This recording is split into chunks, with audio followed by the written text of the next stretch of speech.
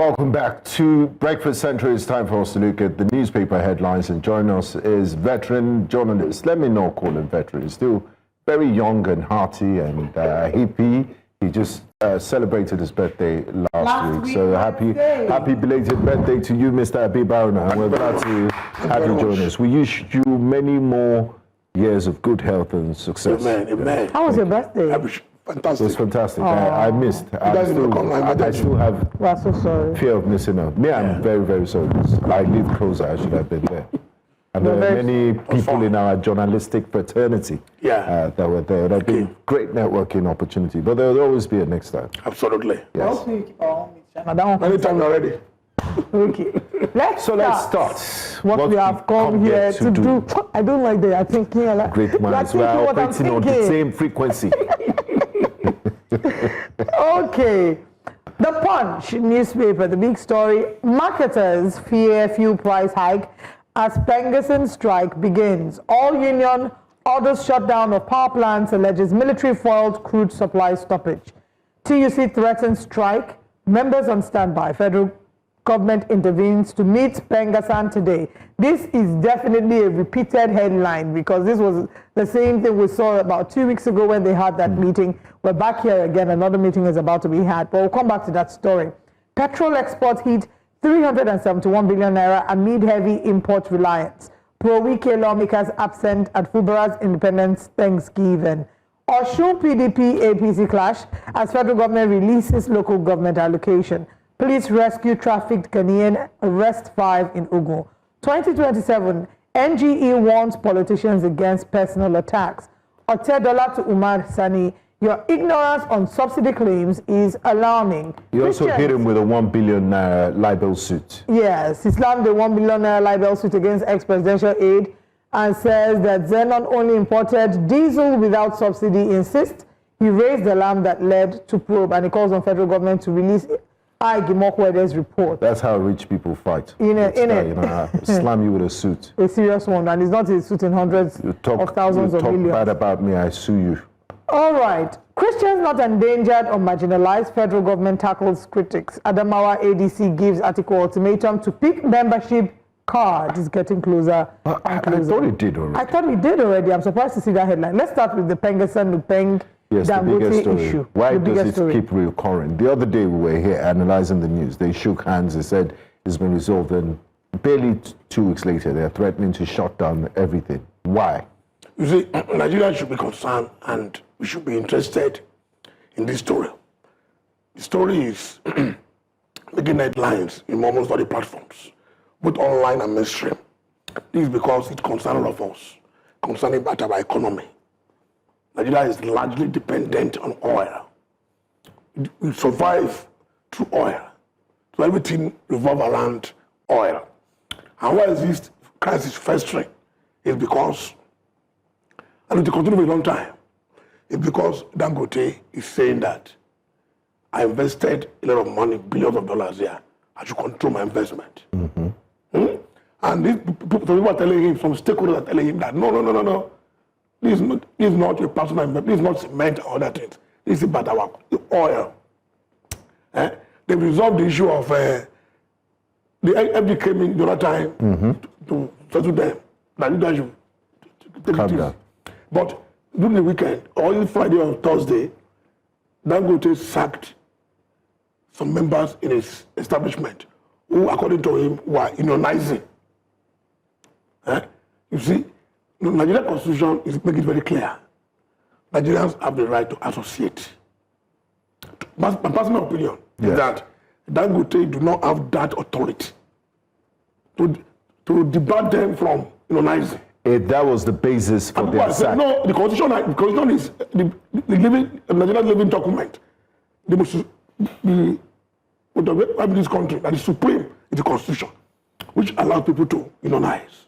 And the man has sacked them. Just, okay, if you sack them, then the political organization now say, well, if you sack them, we will intervene. That if they must be allowed. Is there a way of intervening? Or and lawyers are saying that. Is it the best way to go about it? No. You see, the only way, you see, Dangote will blackmail Nigerians. That if these guys decide to go on strike, it will trigger for a crisis. I mean, they had to reverse. They started a decision to give to sell refined products in dollar, but it was reversed in the crisis is unionism. Not those are fighting for now. Okay, so Dangote Group they have denied this. I'm just going to read it as quickly as I can. Yeah. Lawless Pengassan, its lies and terror tactics. That's the headline. That's the big headline of the press release by the Dangote refinery. It says, the Petroleum and Natural Gas Senior Staff Association of Nigeria, Pengassan, in continuation of its lawless act and sabotage against Nigeria and its people, sent out a release to all its members last night, 27 September 2025, and directed, amongst others, that all Pengassan members working across field locations are to withdraw services effective 6 o'clock on Sunday, 28th of September 2025. All Pengassan members across all offices, companies, institutions, and agencies should withdraw all services effective 0001 on Monday, 29th of September 2025. And they're quoting what the press release said. They said, all processes that involve gas and crude supply to Dangote refinery should be let off immediately, and all IOC branches must ramp down gas production and supply to Dangote refinery and petrochemicals. Pengassan has by this release affirmed its decision to unleash the terror we forewarned in our release of 27 September 2025 on the Nigerian state and all Nigerians. It has directed all members across the Nigerian state not to enable howsoever the production and supply by Dangote refinery of those basic petroleum products which Nigerians and businesses across the country need. Let me skip. It says, and why is the association embarking on this act of terror? It claims in its release that Dangote refinery has taken a unilateral action to sack over 800 members of our association for joining Pengassan, that Dangote refinery enslaves Nigerian workers and sacked all Nigerians working in the refinery and hired over 2,000 Indians, and that the jobs of over 800 presumably Nigerian staff in Dangote refinery have been given to Indians. These are all lies that have been consistently debunked by Dangote refinery, including in its recent release of 26 September 2025, which was in response to these same lies that Pengassan has been peddling. In that release, they claim that over 3,000 Nigerians continue to work actively in petroleum refinery, and that we continue to recruit Nigerian talent through our various graduate training programs and experience higher recruitment programs. So they're saying that it's a lie, that Dangote neither has its oligarchs attempted to meet with Dangote. They said Pengassan neither has its oligarchs attempted to meet with Dangote refinery to verify the truth. Rather, it continues to peddle the falsehood that we've sacked over 800 members of Pengassan. So Dangote is saying it's a lie. No, we should not. Ours is to put the issues on the table. Yes. Yes. And the issue on the table is that some workers were sacked last week. But why didn't the Dangote press release give us the reasons why? No, they did not. I don't know why. I'm some many top lawyers in Nigeria, including Falana. I've said that Dangote cannot just wake up one day and sack workers because they are unionized. That to me But they're saying this is a lie. No, they're not saying it's a lie. I mean, They're not denying it. They are. In that statement, they said... Pengassan is saying that many workers, most of the top workers, top engineers in Dangote, and they are foreigners, Chinese and Indians. And Pengassan duty, their role is to promote the interests of their workers, of their colleagues. And that's what they are saying. So I think today's meeting with the federal government will resolve some of these things. But we will face this problem. Why? Because one, our refineries are not working. Two, Dangote want to maintain its monopoly. He will, which I'm not in support, but which I'm not against it equally. Because this man invested a lot of money to build this refinery. So Mr. Habib Haruna, is this not greater symptoms? Of Nigeria. Does this not reveal the greater picture of the rot in the oil and gas industry? Because, I mean, Dangote is not a business, it just didn't start business today. It has a conglomerate of, he's been in manufacturing and all of that. And we've not seen this sort of issues. The moment he got into the oil business, we're seeing relentless attacks, all sorts of sabotage. And there are people that argue that the reason why they have expatriates is that, I mean, you talk to Nigerians, ordinary Nigerians that run businesses here and there, they say people even prefer to import artisans from Togo, Benin Republic. There are a lot of these Nigerian workers would sabotage, they would tell their guy they're repairing spare parts and all of that, and that's one of the reasons that is protecting, that this is a lifetime investment that is protecting, and that's what every rational person would do, protect their investment. And Pegasus is trying to reap where they did not sow. That's what they're saying. But it should not be at variance with the laws of Nigeria. Yes, we are. So are you saying a private individual cannot decide? But it should be within the boundaries of Nigerian Constitution, which presupposes that workers have a right to associate and unionize. So where do ordinary Nigerians like you and I and Olive stand in all of this? Because two elephants are now fighting. We have nothing to do with it. But the price of petrol can go up. The biggest elephant is the federal government. The federal government has the duty to call them to order and make sure this is resolved in the interest of Nigerians. Okay. That's my position. Well, it's important that the federal government has this meeting because Dangote refinery is saying one thing, Pengasan is saying another thing. If you go further, I mean, this fight is a bit of a nasty fight.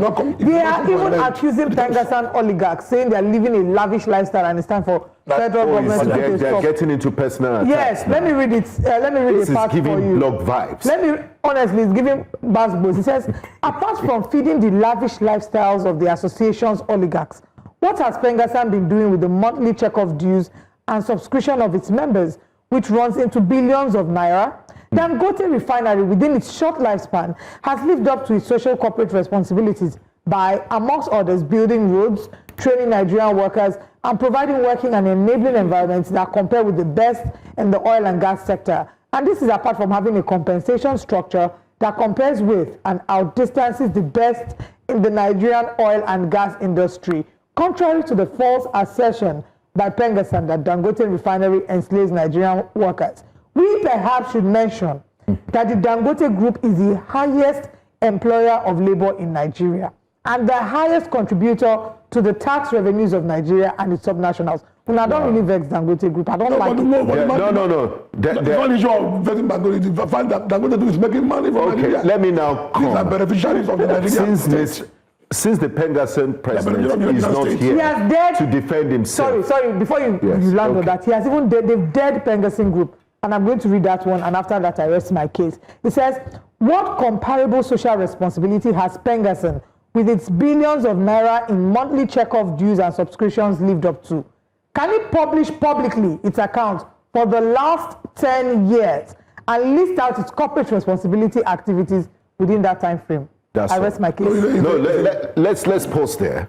And then very interesting response you just read out from the Dangote Group. Since Pengasan is not here to defend themselves, the fair thing to do is to bring out their president's statement, the representative of Pengasan. He says Dangote, now he's clapping back, he's responding. He said Dangote is sabotaging Nigeria's economy. The president of Pengasan, Festus Osifo, alleged that the chairman of Dangote Group, Alhaji Aliko Dangote, is sabotaging Nigeria's economy. He made the allegations while responding to questions in an interview he did on TV. He said the person that is sabotaging our economy is Aliko Dangote.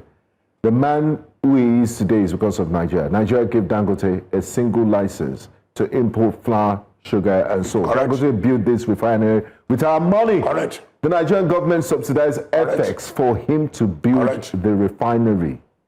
So that's what he has said. So this issue of saying that Dangote invested a lot of money and he must make his profit, but that will be within the context of the fact that the Nigerian state helped him a lot in building that refinery. Okay, fine, but when people want to sabotage he was giving them a concession by the Nigerian state. That should be recognized. I'm not saying that you should not make this money, but it should not prevent workers from unionizing. And they should not blackmail Nigerians by saying that if these guys go on strike, then there will be. What about the issues on Pengasan, the check-off dues, their CSR? Should they also publish their accounts? But my concern is that everything should be resolved in the interest of Nigerians at heart. Okay, I believe we have a call Yes. Uche is calling from Port Harcourt. Good morning, Uche. Good morning, everybody. Good morning. From Abia State, I believe, yes. Yes, please go ahead. I listened to the for yesterday. The Pengasson or CUC, whatever. You see, I have been advocating. Government should learn a lesson. Hello, are you hearing me? Please go ahead. Hello. We can hear you. Go ahead. Government should learn a lesson from this issue by not allowing one person. I mean, giving a waiver.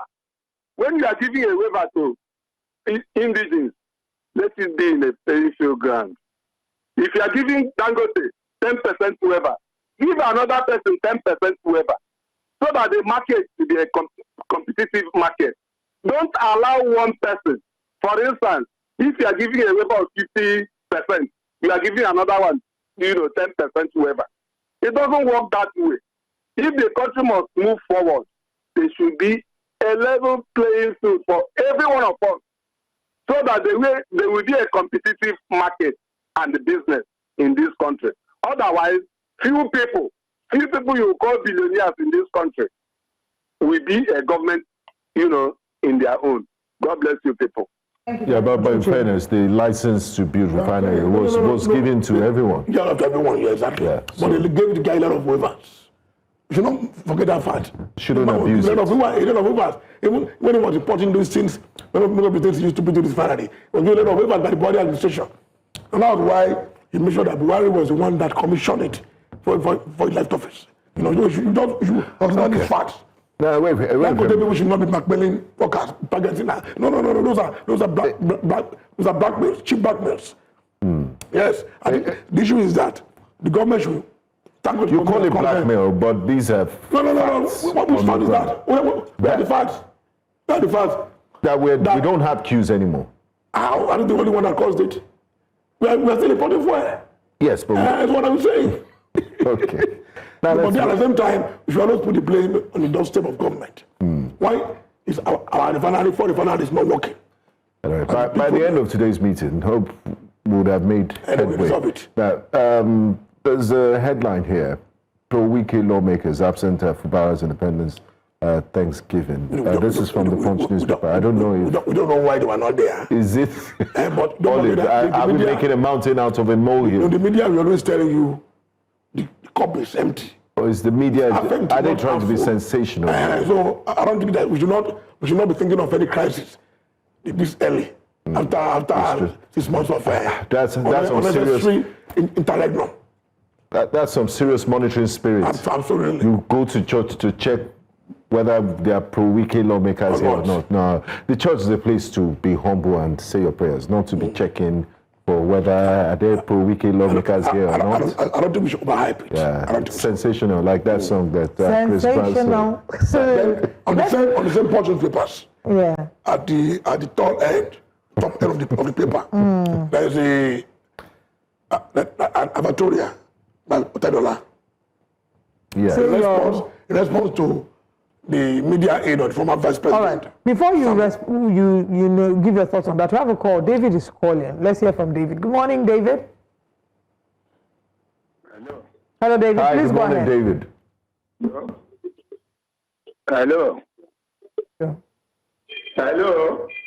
We can hear you. Go ahead. Good morning, sir. Good morning. My happy new week and happy new month. Dangote don't want to be involved in politics. Dangote don't want to be involved in politics. That is why you are seeing the 800 workers we are talking about. Yes, what Dangote have done is very good. If I may ask you people there, those Nigerian workers, they are being paid higher than what the common Nigerian is receiving when they were entering. And it's not only Dangote company, you have casualization. Obasanjo have farm all over. How much is he paying his own laborers and workers and drivers? Atiku have his own American University and other company. How much is he paying them? This is what we should talk about. Dangote don't want to be involved. The Nigerian Labour Congress, which NUP and whether Pengasi we call them, they are politicians. Ajero have said it belongs to Labour.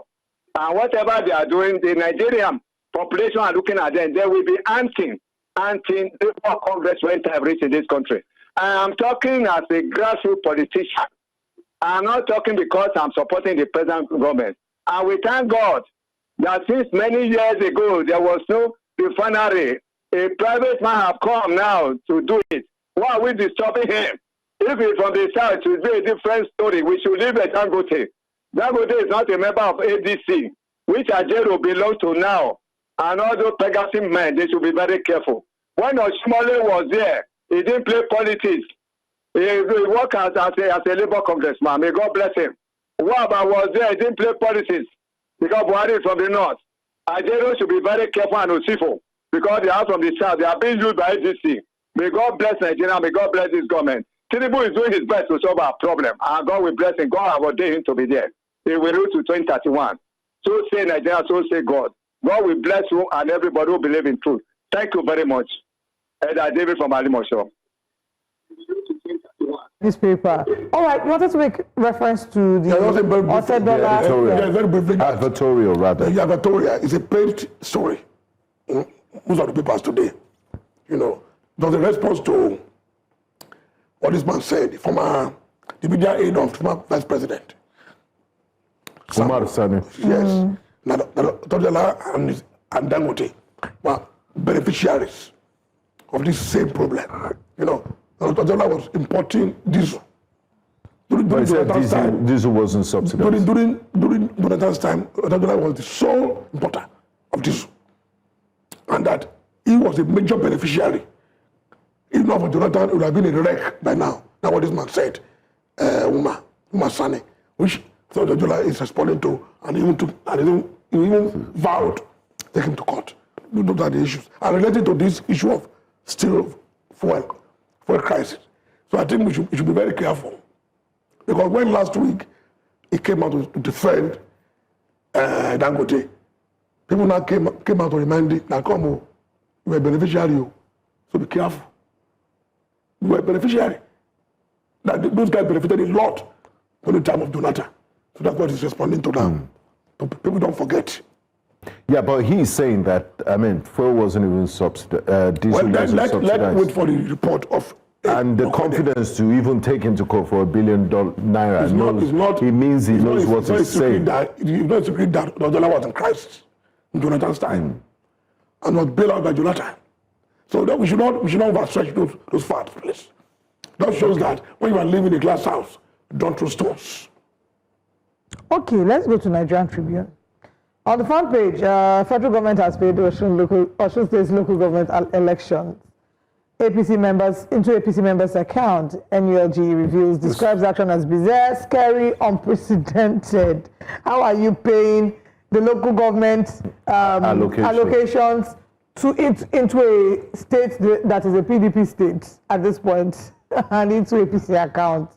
I mean, there's still a dispute over who are the local government. But now, APC has slammed NULG back, says allocations were paid into local government council's account. No, it's not. PDP challenges APC to disclose accounts into which local government allocations were paid. Let's take this call. We have a call coming in. Good morning. Hello, good morning. How are you? Very well, thank you. Thanks for asking. Please go ahead, Kabir. Thank you for having me. Yeah, I want to make a little contribution concerning the issues, the rift between Dangote refinery and Pengassi. My name is Comrade Kadir Dazi. I'm the immediate past deputy president of Pengassi. I advertised for Comrade Festus Osipo. I could remember vividly last year, Dangote refinery at its own instance invited us for a just stakeholders engagement or farm tour, familiarization tour with the refinery. When we are at that refinery, I lead the delegation. We had discussion with Mr. Kumar Edward.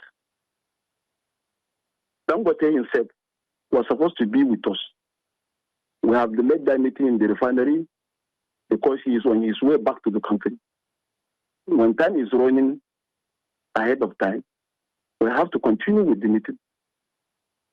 I stood in for Pengassi on behalf of my president, Festus Osipo. While Comrade Williams, became president, was there with me. I lead the delegation. We sat down there. There are a lot of challenges with the refinery as I tell, which Mr. Edward Kumar showcase all the problems and seek for our support. It is on record. They have the record of our visit. They took us around the plant. We visited almost every full stop plant of that plant. And they even do some presentation to us. They even challenged us that, do we know the people that built this refinery? We told them, no, we don't know. Said that like any other refinery, like Kaduna refinery was built by Chiyoda. Chiyoda is a Japanese company. Other refineries in Patakol were built by different companies, that renowned companies that are used in building refineries all across the world. They said that when they want to start a refinery, they approach all these companies that are in the business of constructing and building refineries around the world. All of them refused because of the serious challenge that Dangote refineries is to be presented to the European and Western refineries that used to supply us with product. They don't want to see this competition come into fruition. They said that Dangote refinery builds Dangote refinery. Dangote refinery on its own turns to be the builder of its own refinery. Dangote group get good hands, Nigerians trained in India, and with some other Indian good engineers, they design the refinery, they build the refinery on its own. So Dangote today is Dangote that builds Dangote refinery. You can see the challenge from the grassroots. And we agree that Dangote as a businessman has shown capacity and willingness to be both a Nigerian entrepreneur and businessman that is willing and wishing this country success. We stood by him and we promised them that no matter what, Pengasang and Mupeng will stand with this refinery and we will not allow anything to go there. That meeting was successful. And we saw people that are there, graduates from Nigerian universities. People that have gone through the education, they are very well-trained engineers that Dangote supported and they helped in building that refinery. We built that refinery by Nigerians from the scratch. Some of the cranes that you see in that Dangote refinery were customized for Dangote refinery because no country allows him to even get some of the big cranes that take that this thing. He built his refinery. That is challenge number one. And government has subsidized and made things easy for him.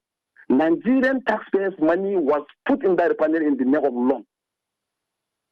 And we're happy to have that refinery working. And that during that meeting, we are very clear with everybody that we see our people, our members in future, that when this thing settles, when everything is in the run, when everything is running, we will come for these people. Because it is not just building machine. We have to interrupt at this moment. Thank you so much for your feedback and for sharing, your experience regarding this issue. It was great to have a first-hand experience and have him talk about it. Because we cannot settle on Dangote's story, we'll have to quickly touch on other stories. Let's get your thoughts on the federal government issue with Osun State local government allocations. Yeah, it's all politics. Don't forget that the state is controlled by the opposition party, PDP. And the president is not uninterested in capturing the state in next election. The president from that state, Irabuji. So he's from that state. How come he was Lagos State governor? He was Lagos State governor. No, that is a Nigerian. Okay. What I'm saying is that that is his ancestral state. I said, I work for Lagos State government. I'm never in Lagos State. So you are from Edo State. Edo. So there is a problem. The constitution says that you cannot be paid local government funds unless that is local government election. Yes. The state has organized local government election, which the PDP won. But APC is crying foul. Crying foul, they went to court. Through this court process, in Bogleo, the federal government seized the fund. The Osun State government now went to court again. That they should release the fund. Because they should release the fund. So what they announced is that, and the government is saying, we release fund to you people. to the But they PDP released government. it to the wrong. And PDP is saying that no, we have not released any money, that you paid APC members the money. So it's back and forth. I think the matter should be resolved by the court. There should be a court pronouncement, you know. Well, it's quite And embarrassing. the federal government should come out in the open, come out clean. Who did they pay the money to? You know, so it's political. Okay. But they are denying the state, local government workers their salaries and their money. It is wrong. But I guess the occasion wasn't right to discuss this because the governor of Osun State was also part of the people that welcomed Mr. President to Oyo State for the coronation of Olubadan. But, that is you normal. don't discuss such That is normal. issues No, that is at normal. this type of occasion. That, by the way, sir, Tale release Owofu. Oh my goodness. Okay, let's just take a few stories before we move over to our. We're almost out of time. Okay, let's move to the Daily Independent so we can touch on that as well. Experts say much remains to be done despite Nigeria's GDP jump. SEC raises the alarm over AI-generated investment scams in Nigeria. Ha! AI. AI. There's no religious genocide or persecution in Nigeria, Yeah, that is true. according to the federal government. Please touch on that. That's what is Because it important. was one of the biggest stories We of don't the know weekend. yeah, And the trending. federal government's response Yes. was also swift and It was triggered decisive. by comment, by monologue, by the famous U.S. Talk show host, comedian, talk show Bill host, Maher. Bill Maher, and who was saying, I don't know where I got information from, that over the years, Christians have been persecuted, you know, by Nigerian government and its people. And he said that over 20,000 Christians have been killed. More People than said it's worse than what you have in Gaza. So that to me was very, very wrong, you know, when I saw it. And the comments that followed Arguments on both was sides. not too good for us and our image. So it's good that the federal government came out yesterday with a robust statement that no, that is not so. The Cannot prove it. victims of Yeah, terrorism in but this Nigeria this kind of thing is what have been Christians and Muslims. is what influences the policy of Donald Trump. They've been working against Nigeria. It's kind of because the man is very close to Donald Trump now, very influential. That kind of talk, the issue he raised can be against this country. Like what happened in South Africa. Can affect us. So- So I think the government response is very timely and very auspicious. But then what happens to those who address it. actually express that fear, right? They have been Of people religious who are, persecution. Yes, of religious persecution. Their leaders, religious leaders and traditional leaders, particularly in the Middle Belt, that have expressed the concern, saying that what is happening is a religious genocide. Yes. And I'm sure the government is addressing it, but not to the extent at which this man was saying it. Bilma, you know, he was saying it as if Nigeria is in crisis. In fact, some people even posted the video of what is going on in Benue State and Plateau State. Well, all of a sudden, and this Somebody took a this lady video. that was killed in Sokoto. Or picture. That was stoned to death. So those are the things that the thing raised. So thank God that the federal government addressed it. And they should move beyond this. They should move beyond this. They should address it diplomatically that this is not true. We are not witnessing it here. It's no genocide. Okay, so I think that this is a conversation we should have as a top story, right? Because again, There are I would so say many that layers to it. there's so many layers to this conversation. No, I've had Jews, conversations. I was once in a meeting with a lady who raised it as a prayer point that we should pray for our family, and she doesn't understand that there's a palpable fear of religious attacks. And we can't understand it because we don't live in the middle belt of Nigeria. Or the north. Well, if you speak, or the north, if you speak with some of these people who live there, some of the people who have family members there, there's a tangible fear that cannot be described, that cannot be ignored. There's also And- the angle, the bigger geopolitical politics at play here, that the United States and the Israeli lobby is whipping this religious sentiment as a distraction from their genocide in Gaza. Gaza. So there are many layers. Yeah. So, But when a lady posted a message when it was on a WhatsApp platform, and this lady was killed a few hours after, then you begin to raise. That's what he said. I Leah Shaibu raise fear that, but it's not. These are enough. isolated It's not incidents. enough for Nigeria to be. you know what the problem is? The problem is we also do not have data. We don't keep the numbers. If you ask how many people have been killed in Plateau State, how many people have been killed in Benue State, do we have that information? And We don't have enough data, so we don't even know for sure. There's We don't have security data. consultants. Chibok guys are still There's missing. security consultants. Chibok guys who are Muslim Christians are still missing. So in a sense, I don't blame the people who hold that perspective. But it's But not we have to get out not of it. enough to generalize. How do we Nigeria is a know? class. No, How do we know what is enough and what isn't enough? We live in Nigeria. Looking at the numbers, if we're even going to do numbers, the sheer majority of the victims of terrorist attacks will be Muslims. We don't, again, I would say, we've had because we do not have data. This is your program. We do not have They attack numbers. mosque. Again, Over the weekend, the mosque was attacked. we have to go. So- Again, we do not have data, we do not have numbers, and until we start to put names to people as opposed to 2 died, 20 died, we start to value the life of the average Nigerian, so that when a killing or an attack has happened, it's chronicled, it's documented. We will keep having this back and forth. I agree with you. But